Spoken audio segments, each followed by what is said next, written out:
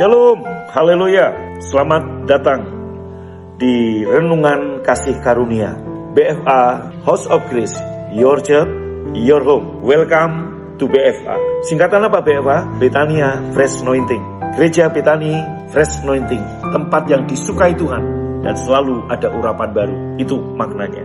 Pagi ini saya ingin membacakan satu renungan dengan judul Bersyukurlah untuk menuju mujizat yang lebih besar, atau bersyukurlah menuju berkat lebih besar. Lukas 17 ayat 15, seorang dari mereka ketika melihat bahwa ia telah sembuh, kembali sambil memuliakan Allah dengan suara nyaring. Ini cerita tentang 10 orang kusta yang disembuhkan oleh Tuhan Yesus. 10-10-nya sembuh, tapi hanya ada satu orang yang kembali. Nah, Pak, Bu, orang-orang yang memiliki hati yang bersyukur selalu memuji Tuhan. Anda sering mendengar mereka berkata, Tuhan memang baik.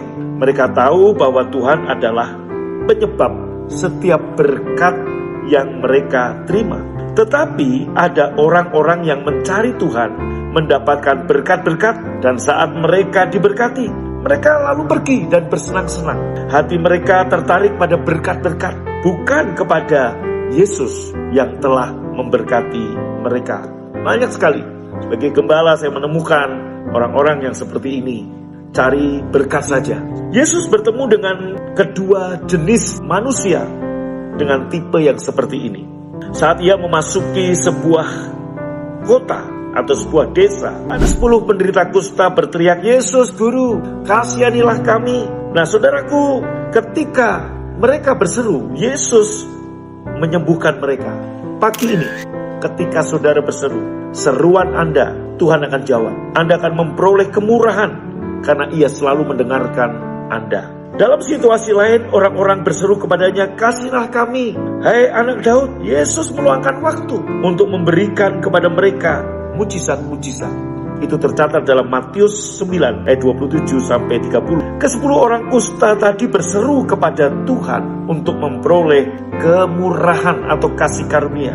Yesus berhenti, memandang mereka dan berkata, pergilah, perlihatkan dirimu kepada imam. Dan sementara mereka di tengah jalan, mereka menjadi tahir.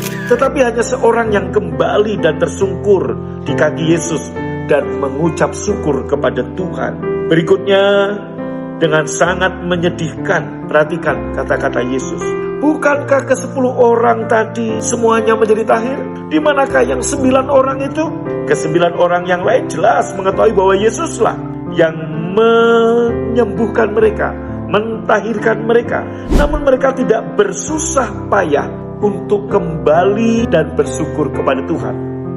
Mereka lupakan Yesus. Teman-teman, Bapak Ibu, biarlah orang berkata tentang Anda bahwa saat berkat-berkat datang, Anda teringat untuk memberikan pujian, kemuliaan, kehormatan, juga ucapan syukur kepada Tuhan Yesus, dan mengakui bahwa Dialah sumber setiap berkat dalam kehidupan Anda. Dengan cara apa, Bapak Ibu?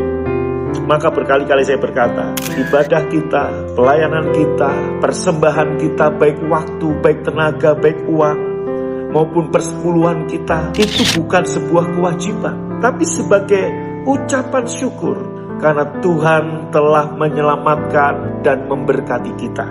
Kembali kepada cerita ini, tahukah Anda bahwa saat satu orang yang kembali dan bersyukur kepada Yesus itu, apa yang dia alami? Ia menerima tambahan berkat untuk menjadi utuh. Yesus berkata kepadanya, berdirilah dan pergilah, imanmu telah menyelamatkan engkau. Dalam bahasa aslinya, menjadikan engkau utuh. Kenapa? Karena ketika orang kusta, ada tangan-tangan yang, saudaraku, terputus. Ada bagian-bagian kaki yang mungkin terputus. Orang kusta yang mengucap syukur ini bukan hanya tahir, tapi dia menjadi utuh. Artinya semua tangan-tangan atau bagian tubuh yang cacat karena kusta dipulihkan, disembuhkan. Ini menggambarkan ketika kita bersyukur akan membawa Anda menerima berkat, mujizat yang lebih besar lagi. Ini bukan saja seperti orang tadi, bukan saja ditahirkan dari penyakit kustanya, dia memperoleh kembali jari-jari kaki dan tangannya. Jemaat yang dikasihi Tuhan, jika hati Anda dipenuhi ucapan syukur kepada Tuhan, Anda menempatkan diri Anda untuk menerima berkat-berkat dan mujizat-mujizat, terobosan yang lebih besar lagi. Mari saudaraku, berikan waktu, berikan tenaga, berikan harta Anda kepada Tuhan sebagai sebuah ucapan syukur dengan hati yang menyembah Tuhan.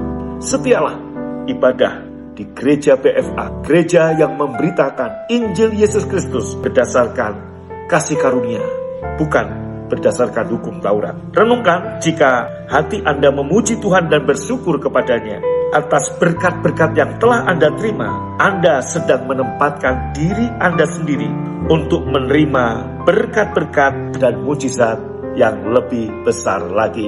Mari angkat tanganmu dan katakan sama saya, aku bersyukur untuk semua berkat-Mu. Engkau sedang menempatkan dirimu untuk menerima berkat yang lebih besar lagi. Jesus bless you. Amin.